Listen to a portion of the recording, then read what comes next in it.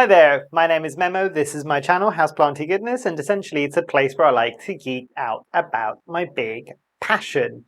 So today I'm going to be talking about a very cool plant for my plant review series, which is, and this is particularly cumbersome plant, this is the Philodendron, and I'm trying not to knock everything down, the Philodendron Pedatum. And my mother plant, which you can see here, is absolutely huge. So generally I won't take it down from the shelf too much. I do have a propagate from it, so we'll be showing that a bit more and holding that through the video, but I'll intersperse some clips of the mother plant and some of the elements of the plant that I want to point out. So for the people that have been here before, welcome back. As always, you know that there's going to be chapters down at the bottom, so if you want to skip to your favorite bit, please do.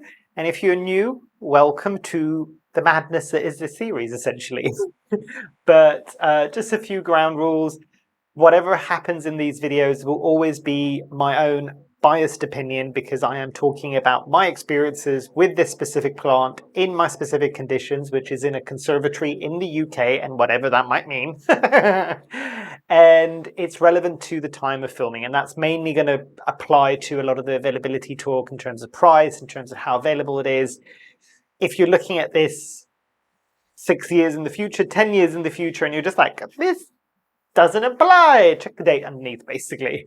But yeah, essentially, I always encourage people with these videos, if you've got this plant and you want to share your experiences with everybody else that you've had with this plant, do consider writing down below something like you would write an Amazon review for a product you've got, because you can find reviews on shops and places online for plants, but you cannot find reviews for plants. So yeah, hopefully this will be a nice little repository of information. If somebody's searching to buy this plant in the future, they can kind of look at this and just go, ooh, yes, I've got a bit better understanding of what it means to actually care and own for this plant.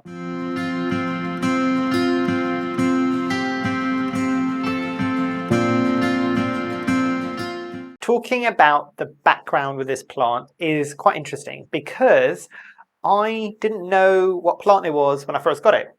I got this as a bit of a gift from Sarah at Eastern Tropicals when I bought another plant, and I'm trying to think if it was when I bought my Antheria vitarifolium, and she had a cutting of this, and I don't think it was rooted, and she was just like, I don't know what it is, I can't remember what it was now, have it and figure out what it is when it gets a bit older. I had a very sneaky suspicion that it was a pedatum, just even by looking at the juvenile leaves, and yes, I was right, this is definitely a pedatum. I think there are different forms of the pedatum. I don't know which form I have got, but it was a cool little story. I didn't actually pay for this plant. I don't think it was back then or is still right now stupidly expensive, but we'll talk about availability in a bit. But yeah, very much a cute story, and very much a plant that, as with most of the plants that you tend to find basically they come into your care in a really interesting way. They will always have a bit of a special place in your heart, essentially. So yeah, this is definitely one of those for me, especially because Sarah is such a beautiful human being who runs this in Tropicals. I've usually got all my favorite plant retailers down below in all my video descriptions, or at least for the last few months, so you can always find a link to her shop down below, especially if you're based in the UK. But yeah, very cool plant with a nice little bit of a backstory.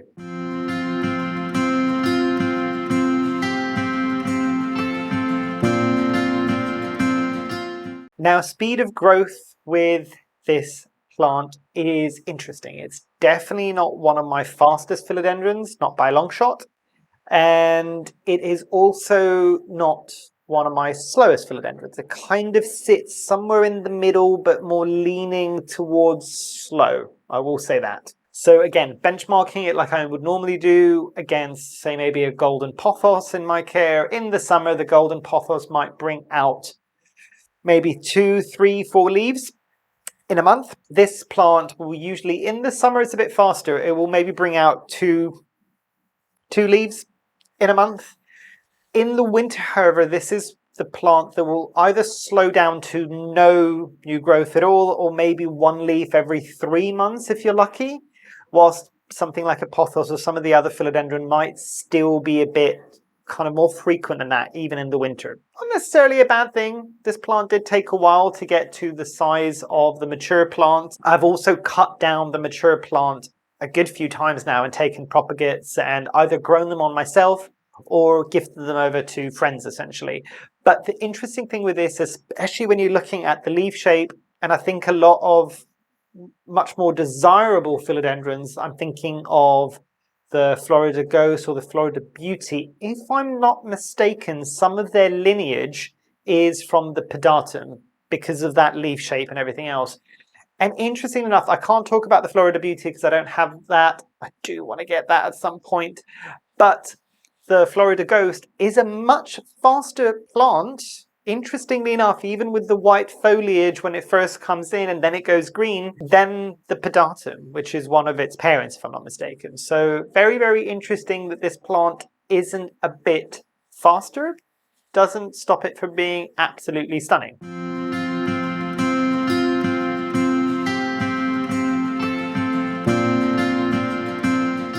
So ease of propagation, and I'll bring it up again so you can actually see the propagate. And I think this was maybe 2 different propagates, one which I'd had going for a lot longer and one which was more of a recent propagate, if that makes sense. So the first cutting, the slightly more mature stems that are growing through this, there's 2 more mature stems and 2 more juvenile stems. The 2 more mature stems I've had taken about 2 years ago from the plant, and the slightly more juvenile stems are taken last year, if I'm not mistaken. But you can kind of see that it is a relatively bushy plant. As I said, there's 4 stems in here. That's why it's a relatively bushy plant. I will also show that the slightly younger leaves that are coming in and there's got no support on it are a lot smaller than maybe some of the original kind of more mature leaves that I took the cuttings from, and we'll talk about maturity in the leaves in just a bit. But not a particularly difficult plant to propagate, essentially. And you can see a bit of a yellow leaf on here as well. It's one of the oldest leaves on this propagate, so it's just naturally dying off, and I'm letting it do its thing. Because, say it with me, older yellow leaves are normal. At some point, the leaves do need to kind of die off to give up the energy for the new foliage that's growing. It's kind of normal. It happens in nature. We cannot control it entirely. So just, it served its purpose. Let it go. But yeah, essentially with this plant, I would say it's relatively easy to propagate. I've tried it in damp sphagnum moss. That was fine. I've tried it in water. That worked fine. I've tried it straight into kind of pond with a water reservoir. That worked fine. I haven't tried it in soil, but I keep saying this, I haven't propagated an awful lot of things directly into soil, but most of these things for years by growers have been propagated directly into some form of soil, even if it is an aroid mix, basically. But relatively easy plant to propagate. I don't think it's particularly slow, if I'm not mistaken. It's a while since I propagated this, actually, and I do need to take another cutting from the plant, so we'll be doing that again now. It's like a yearly tradition now with this plant because it keeps heating the ceiling of my conservatory, and I just need to cut it back. And actually, recently we had a bit of a heat wave, and it was very, very hot, and it was very, very bright, and this was the mother plant of this was sitting very high on a shelf, and the top of the leaves were right up against the shade cloth, and there is some damage, and hopefully I've got a clip that you're seeing whilst I'm describing this, but you should be able to see some of that browning that's happened around the leaves. I'm okay with it. Probably what's going to happen is I'm just going to chop that off. There's still some green. I will propagate that into a new plant so that the mother plant doesn't look quite as kind of busted as it does right now because of the sun and the heat. But it doesn't bother me at all. But yes, very, very easy plant, I would say. Relatively fast to root out, but still slow to kind of get going the same way that it's slow when it's growing normally.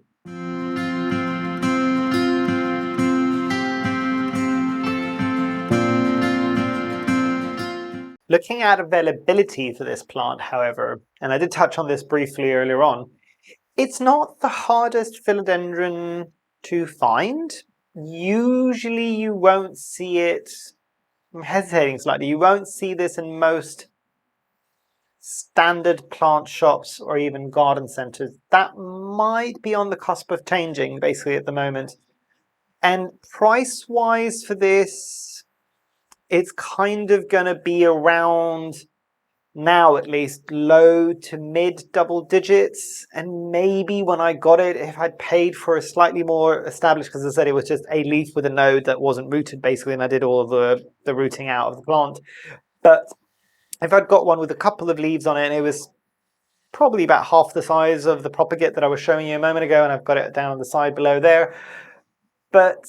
And I would have assumed for that, at that stage, you would have been paying mid to high-ish double digits, not too high double digits, so kind of around there. And I think the reason for this is for a couple of things. One, as I've mentioned, and at least in my experience, if this plant grows like a weed for you, please do let us know. I wouldn't struggle to believe it, if that makes sense.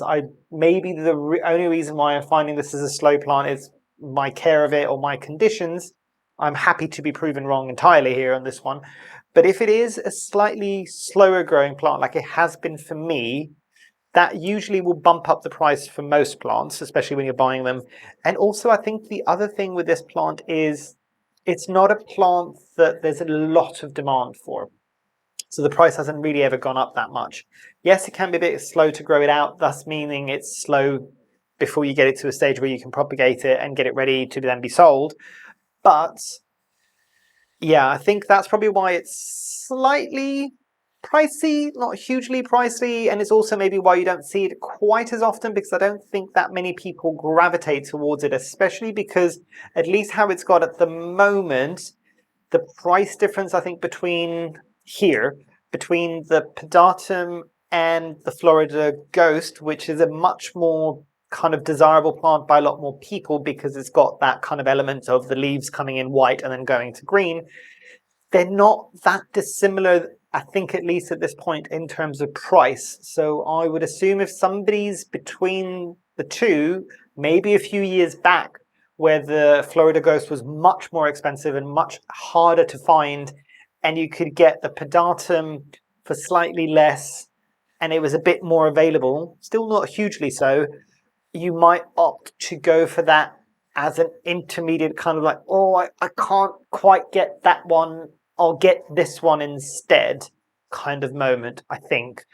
Because for a lot of people, and for me, the leaf shape isn't the big, I mean, it is the main kind of differentiator for this type of philodendron. It's not the most exciting thing. It still does the same thing with the Florida Ghost, where it does look a bit like a head, and the arms and the little legs of like a little stick drawing. Yeah, I think, as I said, the Florida Ghost has something a bit more interesting because it comes in white. It does look a bit like it could be like a little ghost thing. With this one, it's kind of green and it looks a bit humanoid-ish. That's on the slightly more immature leaves. The slightly more mature leaves start getting a lot more interesting, and I'm actually quite glad I've left this to mature as much as it has, because the much more mature leaves, which tend to get lobes growing on the lobes or the arms and the legs of the little human being, it's very difficult to describe, but hopefully I've got a video over this so you can see what I mean. I really like that leaf pattern. It's a bit more interesting for sure. But yeah, in terms of availability, you can kind of find it. It's not hugely expensive. Will the price drop? Maybe a tiny bit more, but because, and if I am right that it is a bit of a slow grower and there's not that many people that are actively looking for it all the time, then I would imagine that this isn't going to drop in price too drastically.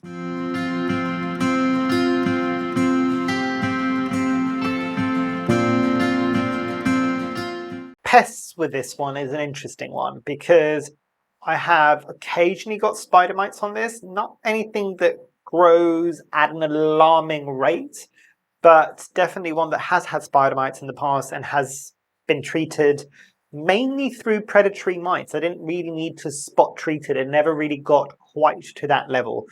Definitely the mealybugs in the space. This is a plant that they do like, they don't love. It's not one that's usually covered. The one that the mealybugs in this place really do love is the verrucosum. But Yes, occasionally I do find mealybugs on this plant. Again, nothing huge. Yeah, I think that's pretty much the only two pests really that I have actually ever had on this plant. I don't think I've ever had thrips. If you've had thrips on this plant, do let everybody know down below. But relatively pest-free, I would say. I am hesitating massively here because I'm sure that people are going to prove me wrong. But I've not had an awful lot of pests on this, and when there have been pest pressures, they've not been to the extreme. So relatively safe, I would say.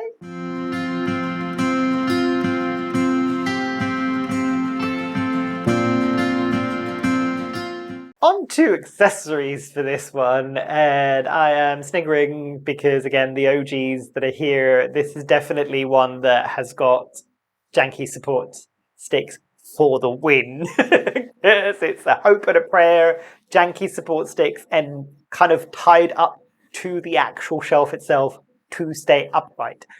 However, I will say that something interesting about this plant is, because I have seen this grow and grow those much more beautiful kind of lobed mature leaves on kind of moss poles, it has done the same with me on janky support sticks. So I think you can still get, at least based on my kind of very limited experience with this, you can get slightly more mature leaves without needing the aerial roots to attach to something like a moss pole or a plank.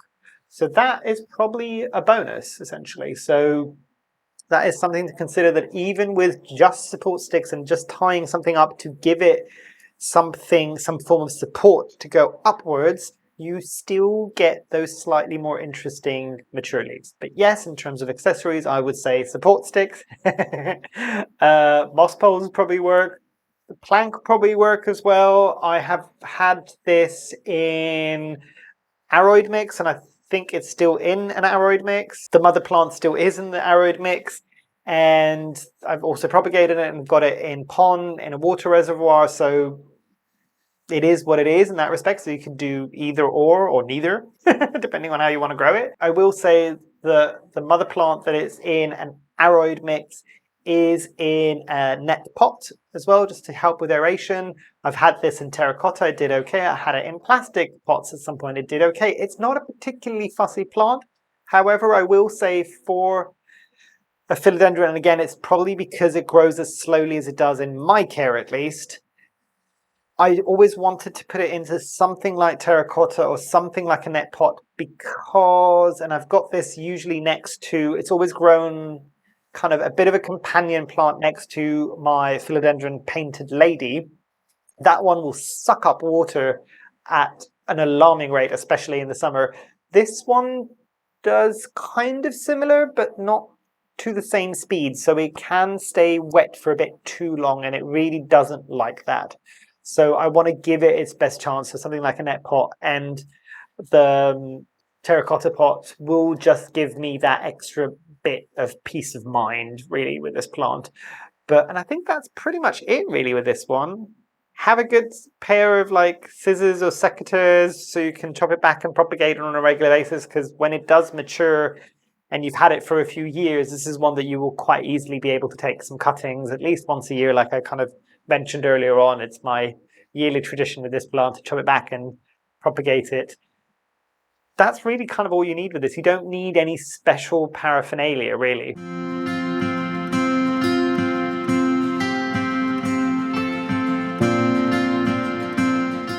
And moving into final thoughts for this one. So as always, if knowing what I know now, if I didn't have this plant and I came across this plant, would I get this? Probably. And I will explain why with this one. If space wasn't an issue and I wasn't growing it in a conservatory with this many plants and I just wanted it as a bit of a statement plant in a room, like a living room, I've also seen a huge version of this in a hairdressers that I pass when I go to my barber's, bizarrely enough, and it's absolutely huge and it's got the mature leaves and it's growing on a moss pole, then yes, I would definitely get it. The reason why I say maybe, at least in my environment, is the space that it takes out. And it doesn't get very, very, very wide. It can do if you kind of let it do its own thing, but it is kind of a wide plant and there's a lot of spaces in between it. And yes, I could kind of chop it further down and get it to branch out and get bushier further down. But yeah, I would probably get this plant again. It's a non-offensive plant. Does it excite me? Probably not. And that brings me quite nicely in terms of the score from this one, of a score of 0 or 1 being the worst, 10 being the best. This would probably be a 5, 6, or a 7 for me. And it's mainly on the fact that even though I have come to love this plant and I love the story behind it and I would never get rid of my Pedatum now, does it excite me? Not really. Which I think, and this might be a bit of an unpopular opinion, I think this is probably why this plant isn't much more desirable than it is, basically. So I think for a lot of people, it kind of maybe leaves some people a bit meh, especially because of kind of progeny of this plant, like I mentioned with the Florida Ghost or the Florida Beauty, having that extra bit of interest about maybe some of the variegation or the whiteness of the Florida Ghost, you would kind of, and I would as well, normally gravitate more towards those because this feels like the basic version of either one of those two plants.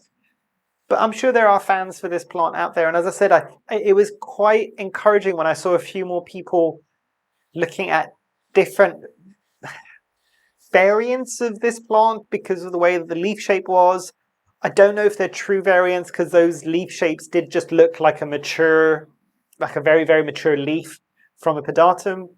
But I kind of get it in that respect. If those leaves started off from the very beginning, I would probably be much more excited about this plant and I would probably be giving it a 7 or an 8 because I'm just like, ooh, look at the fancy leaf shape. But yeah, it's kind of a lukewarm reaction for me in that sense. As I said, love, love, love the plant because I love the story behind it and I love how it came into my care and that kind of moment of, what is it? I'm going to grow something and I don't know what it is. Great. But other than that, yeah, I mean, that it could have been any plant and I would have still had that attachment to it. So yeah, I think that would be my score on this plant. Do please share your experiences if you've got this plant. Is this plant one that you'd ever considered getting? Are you like a lot of other people that I've spoken to that have almost very nearly bought it several times but got distracted with something else and got it then? So just let me know down below. But yeah, hopefully you've enjoyed. Hopefully I shall see you here soon. And I truly, truly hope that you have a great rest of your day. Thanks. Bye.